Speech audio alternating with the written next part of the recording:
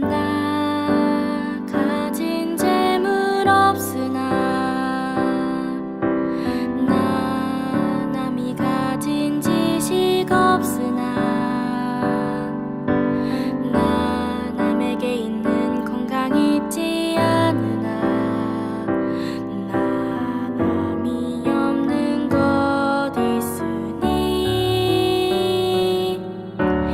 나 가진 재물 없으나 나 남이 가진 지식 없으나 나 남에게 있는 건강 있지 않으나 나 남이 없는 것 있으니 나 남이 못 본 것을 보았고 나 남이 듣지 못한 음성 들었고 나 남이 받지 못한 사랑 받았고 나 남이 모르는 것 깨달았네.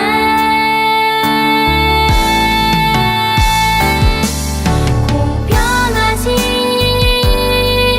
하나님이 나 남이 가진 건 나 없지만 공평하신 하나님이 나 남이 없는 것 같게 하셨네.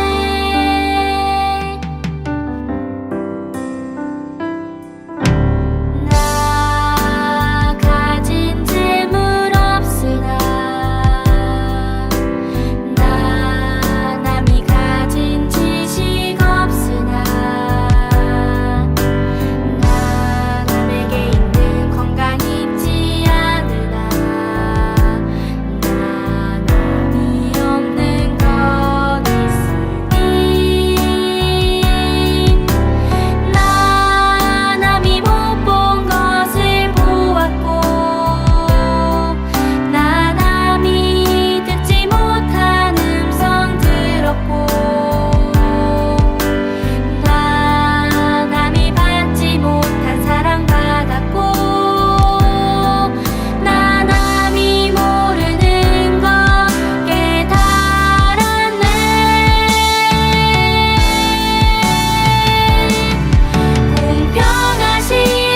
공평하신 하나님이 나 남이 가진 건 나 없지만 공평하신 하나님이 나 남이 없는 것 같게 하셨네. 공평하신 하나님이 나 남이 가진 건 나 없지만 공평하신 하나님이 나 남이 없는 것 같게 하셨네. 나 남이 없는 것 같게 하셨네.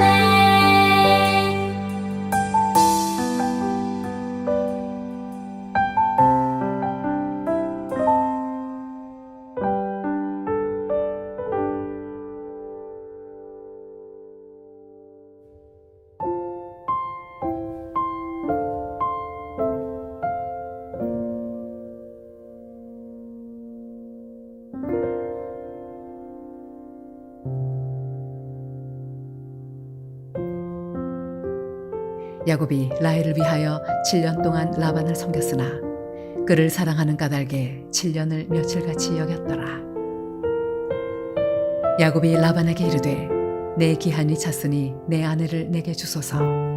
내가 그에게 들어가겠나이다. 라반이 그곳 사람을 다 모아 잔치하고 저녁에 그의 딸 레아를 야곱에게로 데려가매 야곱이 그에게로 들어가니라. 라반이 또 그의 여종 실바를 그의 딸 레아에게 시녀로 주었더라. 야곱이 아침에 보니 레아라. 라반에게 이르되 외삼촌이 어찌하여 내게 이같이 행하셨나이까? 내가 라헬을 위하여 외삼촌을 섬기지 아니하였나이까? 외삼촌이 나를 속이심은 어찌 됨이니이까?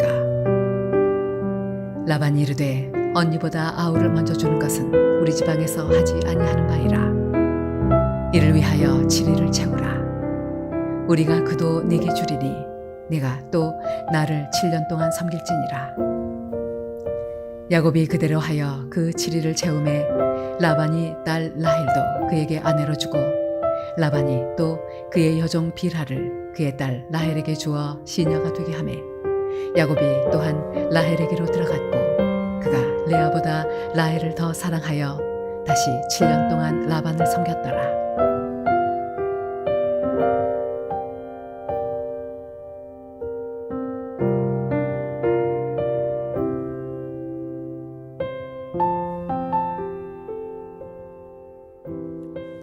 할렐루야. 여러분, 지금 한창 베이징 동계 올림픽이 진행되고 있습니다. 어느 때처럼 우리나라 국가대표 선수들이 아주 선전을 하고 있는데요. 계속되는 편파 판정으로 지금 온 국민들이 분노를 느끼고 있습니다. 지난 7일 쇼트트랙 남자 1000m 준결승전에서 황대헌 선수가 네 바퀴를 남긴 상황에서 앞에 있던 중국 선수들을 제치고 1위로 멋지게 골인을 했습니다. 당연히 결승에 진출을 했겠다 그렇게 생각을 했는데 터무니없이 우리나라 선수에게 실격 판정이 내려졌습니다. 아무리 영상을 돌려봐도 전혀 문제가 없었어요. 그런데 우리 선수가 다른 선수들을 방해했다는 그런 황당한 판정이 내려진 것입니다. 여러분, 선수들이 얼마나 억울했을까요?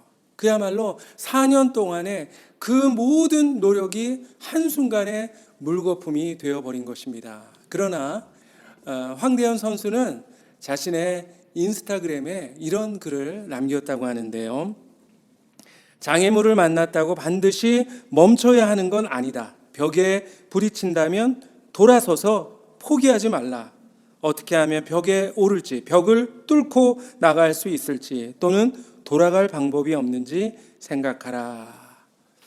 자, 그리고 얼마 뒤에 1500m 경기에서 첫 번째 금메달을 획득했다고 하는 것입니다. 자, 이렇게 세상에는 정말 불공평하고 불공정한 그런 일들이 많이 일어나는 것 같아요. 그러나 여러분, 우리 하나님은, 우리가 믿는 우리의 하나님은 공정하신 하나님, 공평하신 하나님이신 줄 믿습니다. 하나님께서는 모든 만물을 조화롭게 만드셨습니다. 그리고 공평하게 지금도 다스리고 계십니다. 빛이 있으면요, 어둠이 있고, 그리고 높은 곳이 있으면 또 낮은 곳이 있고요. 또 강한 것이 있으면 약한 것도 있어요. 하나님께서는 이 모든 것이 서로 조화를 이루고 균형을 이루면서 살아가게 하신 것입니다. 유태인 속담에 이런 말이 있다고 합니다. 하나님의 손에는 항상 저울이 들려있다. 그렇습니다. 하나님은 누구나 사랑하시고 누구에게나 골고루 베풀어 주시는 분이죠. 그러나 혹시 여러분 가운데 이 말에 이의를 제기하고 싶은 분도 계실지 모르겠습니다. 아닌 것 같습니다. 하나님은 너무 불공평하세요. 세상에 부자가 이렇게 많은데 왜 하나님은 나에게 이렇게 인색하신가요? 세상에는 정말 잘나고 잘생긴 사람들 너무나도 많은데 왜 하나님께서 나를 이렇게 만드셨을까요? 그러나 여러분, 이런 생각은 하나님에 대한 오해에서부터 비롯된 생각이에요. 하나님은 언제나 공평하신 분이십니다. 자, 오늘 성경에 4명의 인물이 등장합니다. 자, 우리가 하나님께서 이들에게 얼마나 공평하셨는가, 그것을 함께 살펴보고자 합니다. 자, 첫 번째 인물은 바로 야곱입니다. 자, 그는 어떤 사람이죠? 야곱은 너무나도 아주 약삭 빠르고 남의 것을 뺏지 않고는 견딜 수 없는 그런 사람이에요.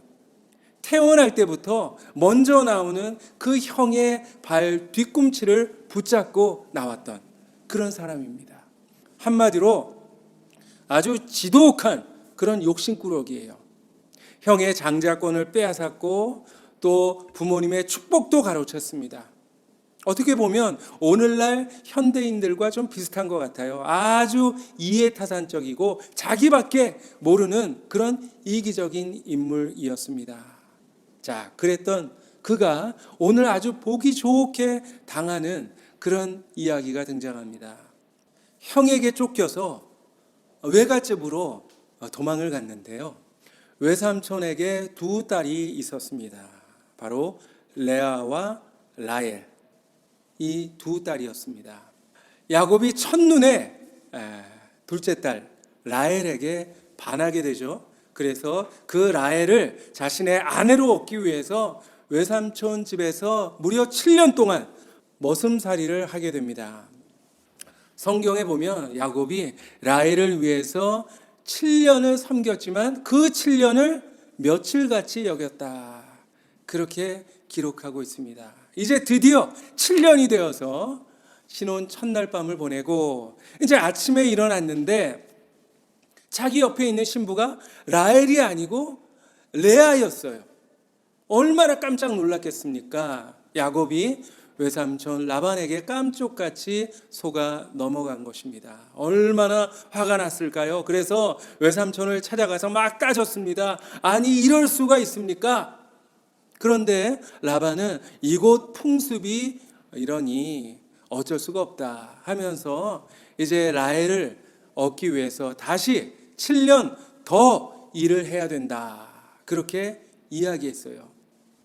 여러분, 아무리 전깃불이 없던 시대라 해도 야곱, 형도 속이고 아버지까지 속인 이 철저했던 야곱이 다른 사람과 하룻밤을 지내면서도 그 사실을 몰랐던 거예요. 참 이상하지 않습니까?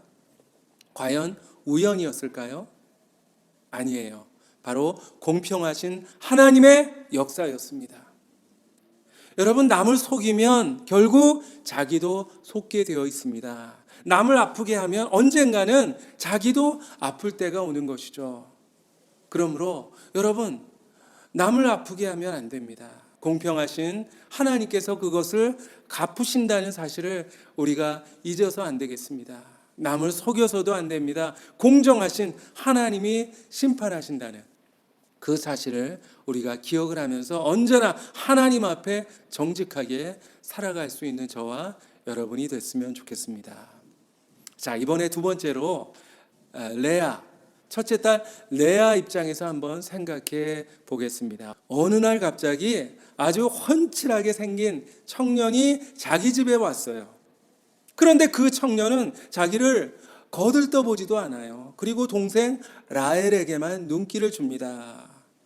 그럴 수밖에 없는 것이 성경에 보니까 레아는 시력이 약하고 라헬은 곱고 아름다웠다 했습니다. 아마 레아는 여성으로서 좀 매력이 부족했던 것 같아요.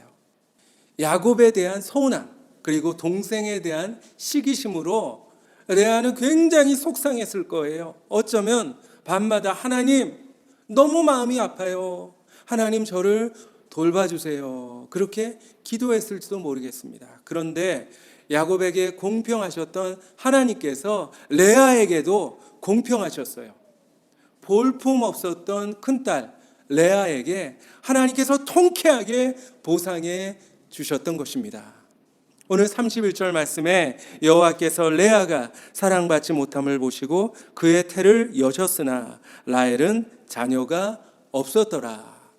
남편에게 비록 사랑받지 못했지만 자녀를 낳을 수 있는 아주 큰 축복을 허락해 주셨던 것이죠.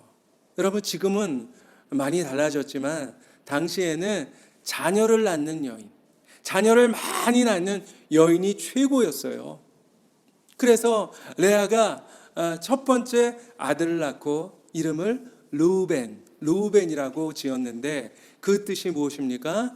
바로 여호와께서 나의 괴로움을 돌아보셨다. 그런 의미입니다. 그 후로도 레아는 아들 6을 낳고 몸종을 통해서 또 아들을 더 두게 하심으로 하나님께서 그녀를 보상해 주셨어요. 여러분, 얼마나 하나님께서 공평하십니까? 더군다나 라헬의 4번째 아들이 누구죠? 바로 유다입니다. 그 유다의 자손에서 우리 예수님께서 태어나게 해 주셨던 것입니다. 여러분, 만약 우리가 부귀영화, 그리고 건강과 외모와 그리고 자녀의 축복, 거기다가 배우자의 축복까지 모두 다 누리고 살 수 있다면 얼마나 좋겠습니까? 그러나 하나님은 우리에게 모든 것을 다 주시지는 않는다는 사실이에요. 여러분, 혹시 뭔가 부족해서 속상해하고 있지 않습니까? 그러나 여러분, 낙심하지 마세요. 하나님께서 분명 다른 것으로 보상해 주실 것입니다. 그러므로 하나님의 그 공평하심을 믿고 하나님을 의지하며 살아갈 수 있는 여러분이 되셨으면 좋겠습니다. 자, 그러면 둘째 딸 라헬은 어땠을까요? 물론 외모도 곱고 아름다웠지만 무엇보다 그녀는 남편의 사랑을 독차지했어요. 정말 세상에 부러울 것이 하나도 없는 그런 사람처럼 보이죠. 그러나 하나님은 라헬에게도 공평하셨어요. 모든 것을 다 주지 않으셨습니다. 비록 아름다움을 주셨지만 그녀의 태의 문을 닫아서 자녀를 갖지 못하게 하신 거예요. 요즘에도 이 난임으로 인해서 고생하는 부부들이 참 많은 것 같아요. 그런데 그 고통은 절대로 남들은 이해할 수 없다고 합니다. 이 라헬도 자녀를 갖지 못한다는 그 고통, 그 괴로움 때문에 항상 아파했습니다. 그런데 그런 라헬을 하나님께서 불쌍히 여기셨어요. 그래서 늦음하게 태의 문을 열어주셨습니다. 하나님이 라헬을 생각하신지라 하나님의 그의 소원을 들으시고 그의 태를 여셨으므로. 그러나 라헬은 이제 2 아들을 두기는 했지만 둘째 아들을 낳다가 결국 난산으로 일찍 죽게 됩니다. 여러분, 그렇다고 라헬이 불쌍한 사람일까요? 그렇지 않습니다. 남들보다 비록 짧은 인생을 살았지만 남편에게 사랑받고 그리고 그렇게도 바라던 자녀까지 얻었잖아요. 그만하면 됐지 무슨 더 미련이 있겠습니까? 하나님은 언제나 공평하신 분입니다. 이것이 부족하면 또 저것을 주시고 또 저것이 부족하면 이것을 주십니다. 그래서 우리는 언제나 하나님께 감사할 수 있는 거예요.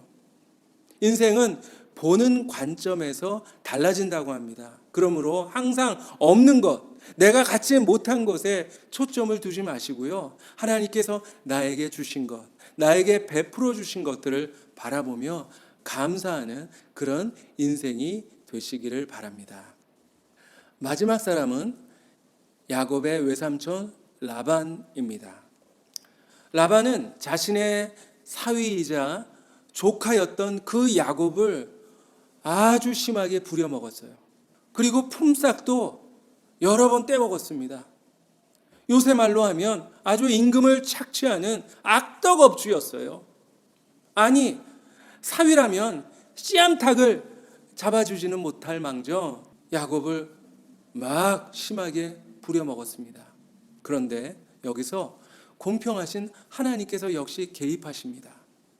창세기 30장에 보면 라반과 야곱이 이제 계약서를 쓰는 그런 장면이 나오는데요. 그런데 그 계약서의 내용이 아주 일방적이에요.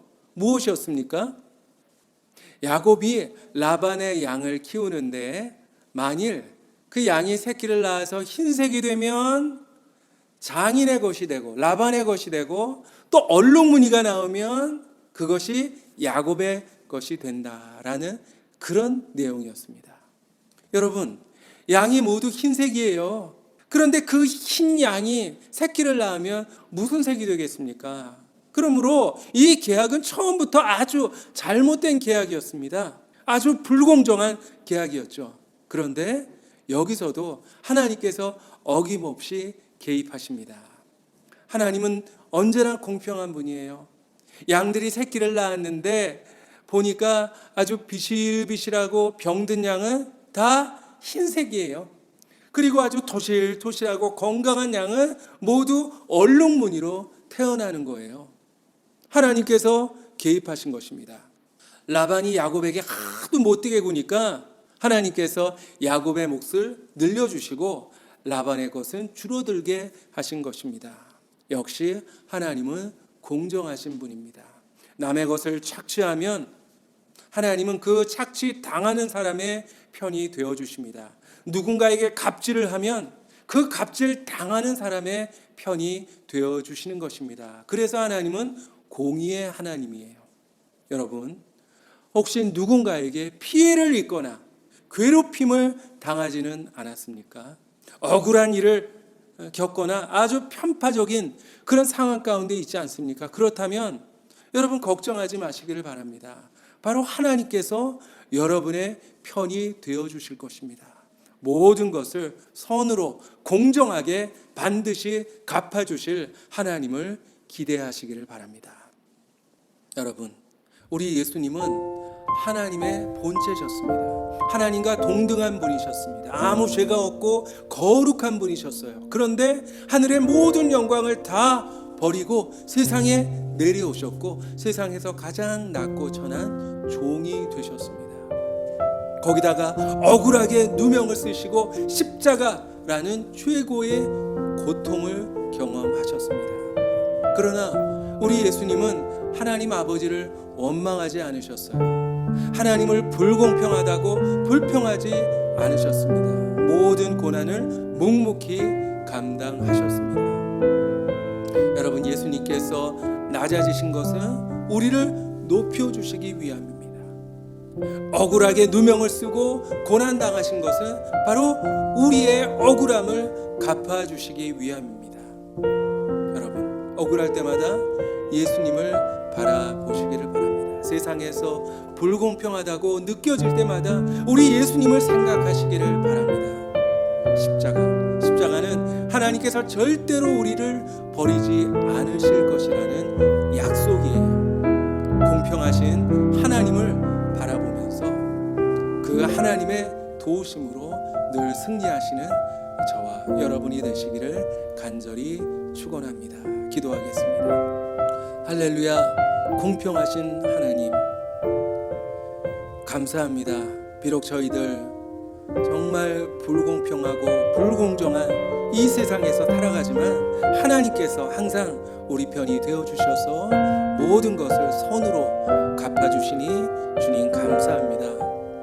그러나 어리석은 저희들 작은 억울한 일에도 눈물 흘렸고 분해했습니다.